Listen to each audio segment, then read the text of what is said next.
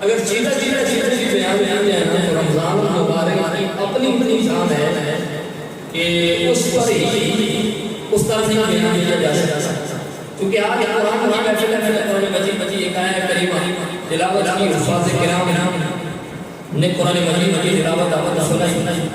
اللہ تعالیٰ نے قرآن مجید کے اندر ایک مقام پر فرمایا الا بذکر اللہ تطمئن القلوب، کہ تم خبردار رہو تمہارے دلوں کا اطمینان اللہ کے ذکر سے۔ یہ بات کوئی قصہ کہانی نہیں، کسی شاعر کا تخیل نہیں، کسی مفتی کا یہ فتویٰ نہیں، کسی محمد کی یہ تحقیق نہیں، بلکہ یہ میرے رب کا فرمان ہے کہ اگر سکون کی دولت تلاش چاہتے ہو اور تم چاہتے ہو کہ اس بے چینی کی کیفیت میں تمہیں سکون میسر آ جائے تو فرمایا الا بذکر اللہ تطمئن القلوب، میرا ذکر کرنا یہ تمہارا کام ہے، تمہارے دلوں کو سکون کی دولت دینا یہ میرا کام ہے۔ اب یہ بات کنفرم ہوگی کہ دلوں کو اطمینان کے ذکر سے ملتا ہے۔ آئیے اب رب کے قرآن سے سیکھ لیتے ہیں کہ قرآن کی بہترین تفسیر وہی ہے جو رب قرآن کی آیت تفسیر کر دیتا ہے۔ اب رب قرآن سے سمجھ لیتے ہیں کہ ذکر سے مراد کیا ہوتی ہے اور ذکر سے مراد کیا ہے، تو اٹھائیے جو میرا رب فرماتا ہے انا نحن نزلنا الذکر وانا لہ لحافظون، یہ جو پیشہ کی بات ہے والناس کی چیز کی سارے ہم نے آنے کے کل میں ہمیں حضرت اتارا ہے، یہ سارے کا سارا ذکر ہے، یہ سارے کا میرے رب کا ذکر ہے۔ اور فرمایا جب ذکر تم کرو گے تمہارے دلوں کو اطمینان ملے گا۔ تو قرآن کی آیت سے پتہ چلتا ہے کہ اگر دلوں میں سکون چاہیے تو پہلی سکون کی دولت یہ ہے کہ یا قرآن پڑھنا شروع کر دو، اگر قرآن پڑھنا نہیں چاہیے تو پھر قرآن سننا شروع کر دو، پھر قرآن محبت کے ساتھ سنا کرو۔ اور یہ بات ذہن سے اندر ہے کہ قرآن محبت سے پڑھا جائے تب بھی میرا فضل و احسان فرما دیتا ہے، اور قرآن اگر محبت کے ساتھ سنا جائے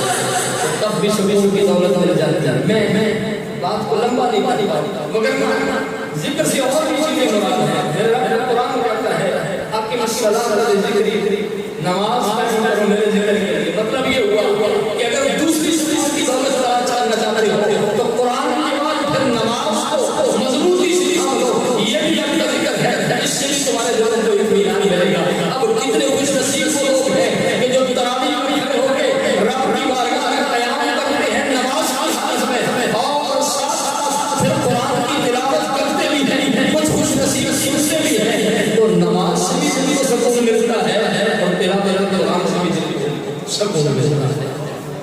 اب رہی بات یہ کہ اس ذکر سے اور کیا کیا مراد ہو سکتا ہے، تو ذکر سے اور بہت ساری چیزیں مراد لی جا سکتی ہیں، لیکن چونکہ آپ کی محفل کا ذکر بنا اس مناسبت سے بات کو لمبا کرنا یہ مناسبت نہیں۔ قرآن مجید محبت سے سنا کرے، قرآن مجید محبت سے پڑھا، بس یہ دو چیزیں ذہن کے اندر۔ آج ہماری بدقسمتی یہ ہے اللہ ماشاء اللہ ہم جو ہماری تربیت کہتی ہے وہ کیا کہتے ہیں، مصطفیٰ کی تربیت کہتی ہے، ہم اپنی تربیت کے تابع ہیں لیکن مصطفیٰ کی تربیت کے تابع ہونا بھی نہیں چاہتے اور اس طرف توجہ بھی نہیں کرتے، اور بدقسمتی سے جن لوگوں نے توجہ دلوانی تھی وہ اس طرف توجہ دلوانا کم کر دیا۔ قرآن مجید پڑھے قرآن مجید کو سمجھے اور اس کے احکامات پر عمل کرے۔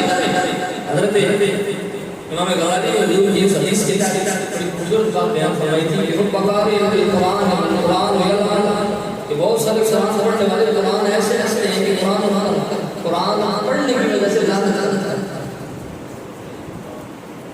قرآن نے کہا ہے نا جو بھی بشیر و یاد یہی آیا ہے، یہی اس بات جو بسم اللہ کی بات سے لے کر ناس ناس تک ہے، ان کو کچھ پڑھ کر ابو بکر صدیق بن جائیں گے، کچھ پڑھ کر فاروق اعظم بن جائیں گے، کچھ پڑھ کر عثمان غنی بن جائیں گے، کوئی مولا علی بن جائیں گے، کوئی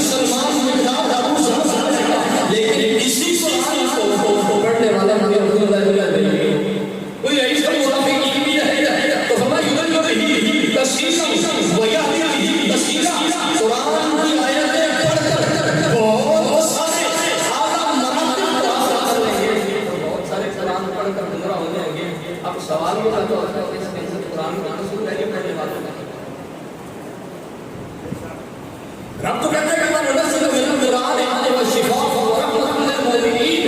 یہ قرآن رب نے نازل ہی کیا ہے کہ رب کی رحمت بھی بن کے آیا ہے، مومنین کے لیے شفا بھی بن کے آیا ہے. اور یہ آپ مسئلہ آزمان ہے. یہ بات اگر قسم خاص بھی کہی جائے تو غلط نہیں ہوگی کہ اگر کسی کو کوئی ظاہر مرض لاحق ہو اور اس مرض کا کوئی علاج نہ چل رہا ہو، اس مرض کا علاج قرآن کا موجود ہے. اور رہی بات باطن کے مسئلے کی تو حدیث رسول اس طرف راہنمائی نظر آتے ہیں. جب تمہارے دل سے اللہ ہوتے ہیں تو قرآن کی تلاوت کی کثرت کر دو، اللہ تعالیٰ تمہارے دلوں کے سامنے سمجھ. تو مطلب یہ ہوا کہ قرآن صرف ظاہر کا حکیم نہیں ہے، ظاہر کا حکیم نہیں ہے، یہ ظاہری بیماریاں بھی دور کرتا ہے اور اس سے پڑھ کر یہ باطن کی بیماری بھی دور کرنے والے ہیں. لیکن سوال یہ بتا ہوتا ہے یہ حکیم بھی ہے، طبیب بھی ہے، شفا بھی ہے، رحمت بھی ہے. یہ سارے معاملات ہونے کے باوجود یدل بھی کثیر و یادی بھی کثیر، بہت سارے فرق ہدایت آ جائیں گے، بہت سارے فرق گمراہ ہو جائیں گے. قرآن خود کہتا ہے کہ یہ قرآن ہدی للمتقین پرہیزگاروں کے لیے ہدایت ہے. یا یہاں پر کہتا ہے پرہیزگاروں کے لیے ہدایت ہے. ایک بار آگے چلے دوسرے بارے میں کہتا ہے ہدی للناس، لوگوں کے لیے ہدایت ہے. اب سمجھ آتی متقین کے لیے ہدایت ہے. یہ سارے انسانیت کے لیے ہدایت ہے. تو فرمایا جب مفسرین کو دیکھا تو امام راضی نے یہ فرق کیا. فرمایا انسان کے لانے کا حقدار بھی وہی ہے جس کے دل کے اندر خوف خدا ہوا. فرمایا قرآن کی آیت میں تضاد کوئی نہیں ہے، یہ کسی غیر اللہ کا کلام تو نہیں ہے نا، اس کے اندر اختلاف موجود ہوتا. فرمایا یہ میرے رب کا کلام ہے، آیت ہے اندر اختلاف نہیں. ہدی للمتقین کیا کہ ان لوگوں کا خصوصیت کی طرف ہٹا دیا. ہدی للناس کے ساتھ اس طرف اشارہ کر رہا ہے کہ صرف دو کاموں سے چلنے والا انسان نہیں ہوتا، صرف کھانے والا وہ انسان نہیں ہوتا، یا کسی چند زمانے سے کچھ سنا دینے والا وہ انسان کے نام نہیں. ایسا ابو جہل بھی تھا، ایسا ابو لہب بھی تھا، ایسا ولید و شیبہ بھی تھے، لیکن انسان کے نام کا حقدار وہ ہے جو مصطفیٰ کو غلام بنا گیا ہے. وہ ابو بکر ہو تو بھی انسانیت کی اعلیٰ حیات ہے، وہ عمر ہو تو بھی انسانیت کی اعلیٰ حیات ہے، وہ عثمان ہو وہ بھی انسانیت کی اعلیٰ حیات ہے. علی تو پھر علی حضور کے ساتھ وابستہ ہوتا ہے، حضور کے دام کرم میں آ گئے. میں قرآن مجید میں اگر تم چاہتے ہو نا کہ ہدایت ہے اس طرح ایمان لے کر جس طرح ابو بکر صدیق لے کے آئے، اس طرح ایمان لے کے جس طرح فاروق اعظم لے کر آئے، اس طرح جس طرح حضرت عثمان ایمان لے کر آئے. پتہ کیا چلا کہ عظمت کا معیار ان ہستیوں کو بنایا ہے کہ جنہوں نے ہاتھ باندھ کر مصطفیٰ کی شریعت کی پیروی کی، جو مصطفیٰ کی شریعت پیچھے چلے ہیں. تو قرآن مجید کو محبت کے ساتھ پڑھا کریں، قرآن مجید محبت کے ساتھ پڑھا کریں. اور یہ جو لوگ پڑھ کے گمراہ ہو رہے ہیں جن پر قرآن لعنت کرتا ہے، امام غزالی نے ایک بات لکھی ہے، ہم فرماتے ہیں کہ کچھ جو قرآن غلط پڑھتے ہیں، غلط پڑھنے کی وجہ سے چاہے وہ زبر زیر کریں یا الفاظ بدل جائیں، فرمایا ہمارا قرآن ان پر اس وجہ سے دوسرا فرمایا